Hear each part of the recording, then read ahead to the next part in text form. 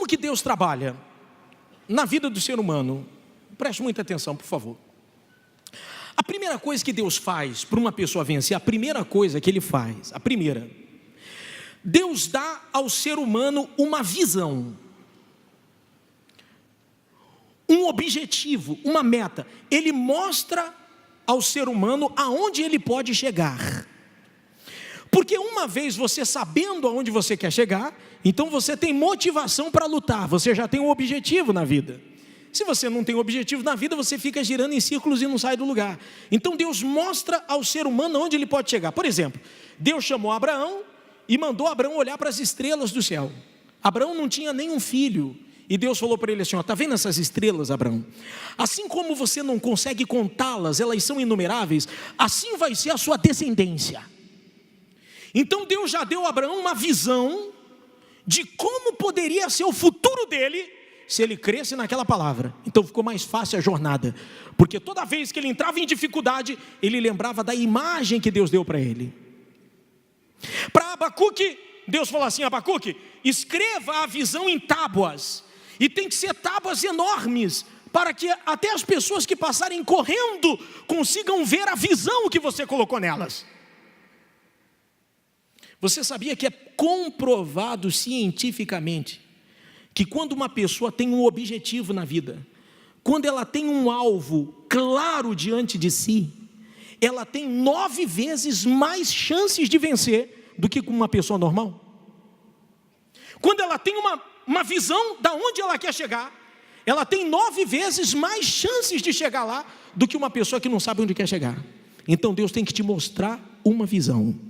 Leia comigo este versículo que eu vou colocar na tela, por favor. Leia em voz alta, o mais alto que você puder. Vamos lá. Assim corro também eu, não sem meta, assim luto, não como desferindo golpes no ar. Mais uma vez. Assim corro também eu, não sem meta, assim luto, não como desferindo golpes no ar. Olha o que o apóstolo Paulo fala. Eu não sou estúpido de lutar sem saber aonde eu quero chegar. Se eu estou correndo, eu tenho uma meta, eu sei aonde eu quero chegar, eu tenho um objetivo, porque se eu tiver um objetivo, então eu já sei o que eu tenho que fazer para alcançá-lo. Eu não fico dando golpes no ar sem acertar nada, não. Eu tenho um alvo. E eu quero que você entenda hoje claramente a diferença entre uma meta e um objetivo. Suponhamos que um arqueiro está com arco e flecha nas mãos, a 25 metros do alvo.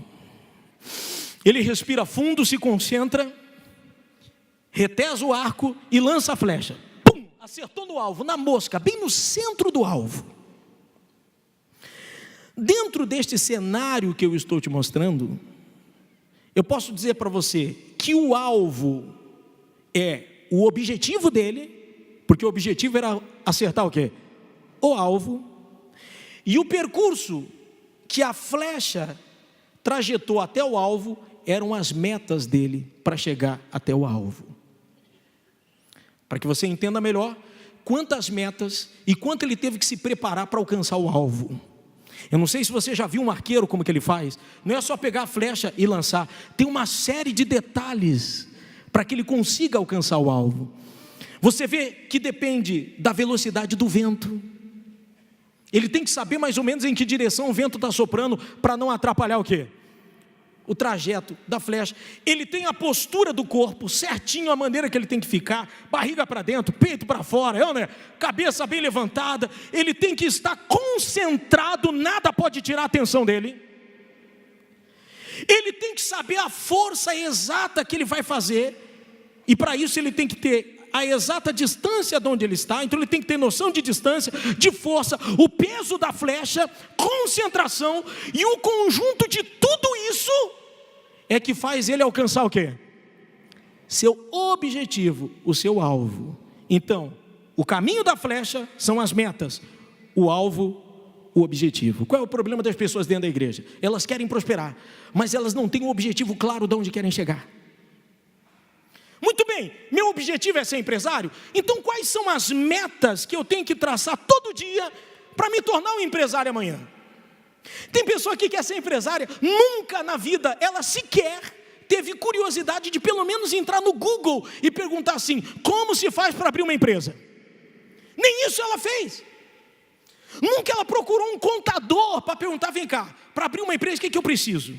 Para ele dar as direções: ó, você vai ter que ir lá na junta comercial, você vai ter que criar um CNPJ, um cadastro nacional de pessoa jurídica, você vai deixar de ser pessoa física, vai ser pessoa jurídica, ó, tem que ter um nome fantasia, tem que ter a razão social, tem que fazer isso, aquilo outro, ou seja, as metas traçadas para chegar ao meu objetivo.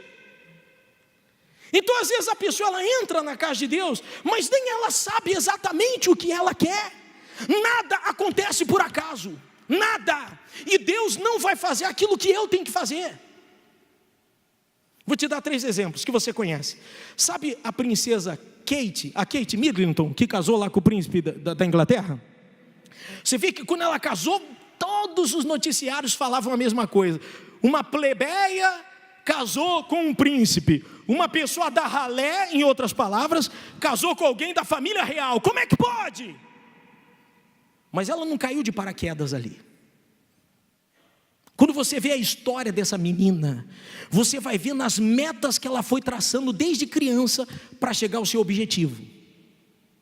Desde pequena ela já falava para a mãe dela assim: mãe, eu vou ser princesa, eu vou casar com um príncipe, eu vou fazer parte da realeza. E a mãe dela apoiou o sonho dela, nunca duvidou. Então ela desde criança, ela fazia recortes de todos os noticiários desse príncipe, desse camarada. Ela cortava as fotos e deixava no quarto, pendurado nas paredes, no teto, e todo dia ela olhava para aquela foto e dizia assim: olha, eu vou casar com esse camarada, eu vou ser princesa. E ela começou a fazer cursos de como que se portar, cursos de como sentar uma mesa, como comer com a realeza, enfim, esses cursos de gente chique, né?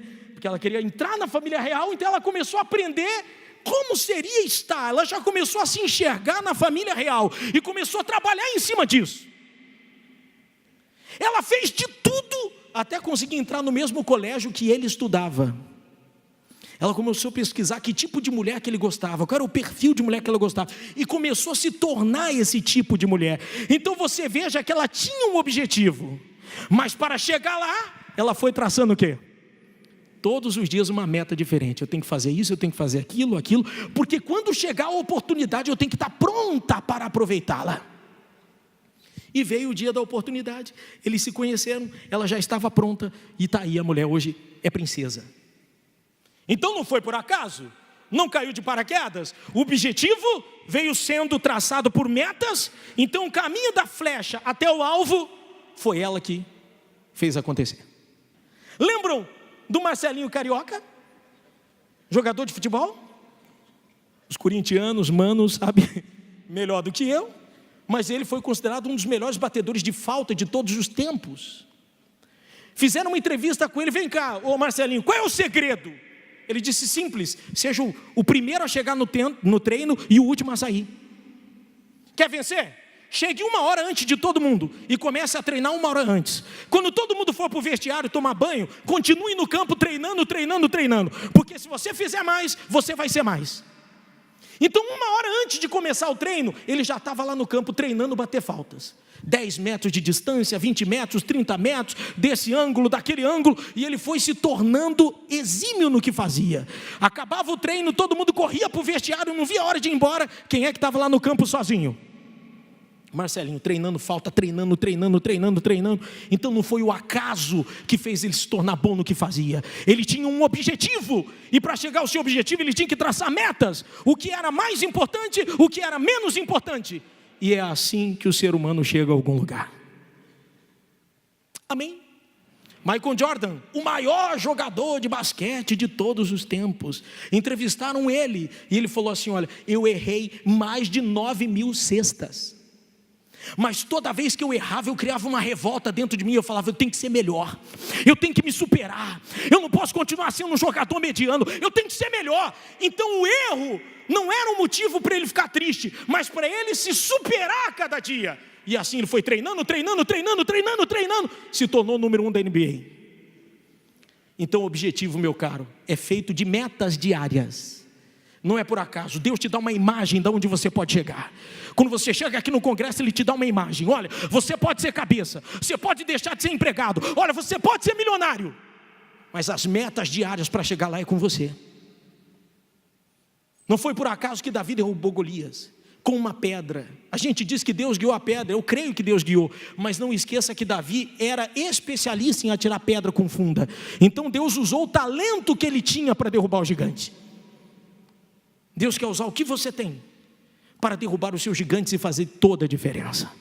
Mateus, aliás, o livro de Marcos é melhor, essa passagem, Marcos 10, 46.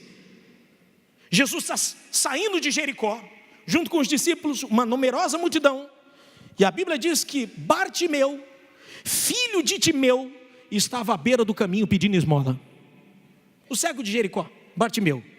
Mas a Bíblia faz questão de falar assim, Bartimeu, filho de Timeu. Jesus está passando e ele começa a gritar, Jesus, filho de Davi. Yeah. Jesus, filho de Davi, tem misericórdia de mim. E as pessoas falavam para ele se calar. Fique quieto, não incomode o mestre. E quanto mais tentavam calar ele, o que ele fazia? Jesus, filho de Davi, tem misericórdia. E ele fez um barraco, um escândalo. E ele conseguiu fazer Jesus parar. Jesus parou e falou assim, ó, chama ele aqui. Quando o cego chegou diante de Jesus, qual foi a pergunta de Jesus? O que queres que eu te faça? Seja específico, não enrola não. O que você quer que eu te faça? Você fez um berreiro aí, um barraco, chamou minha atenção, eu parei. Vamos lá, direto no ponto. O que você quer que eu te faça? Olha, eu quero voltar a enxergar. Então, comece a enxergar a partir de agora. E ele saiu dali vendo. O pai de Bartimeu, esse homem chamado Timeu, fazia parte de um grupo dentro de Israel que se rebelou contra Roma, que não aceitava mais estar debaixo da sola de Roma. Esse grupo foi exterminado. Roma pegou todos eles e matou todos, inclusive o pai de Bartimeu.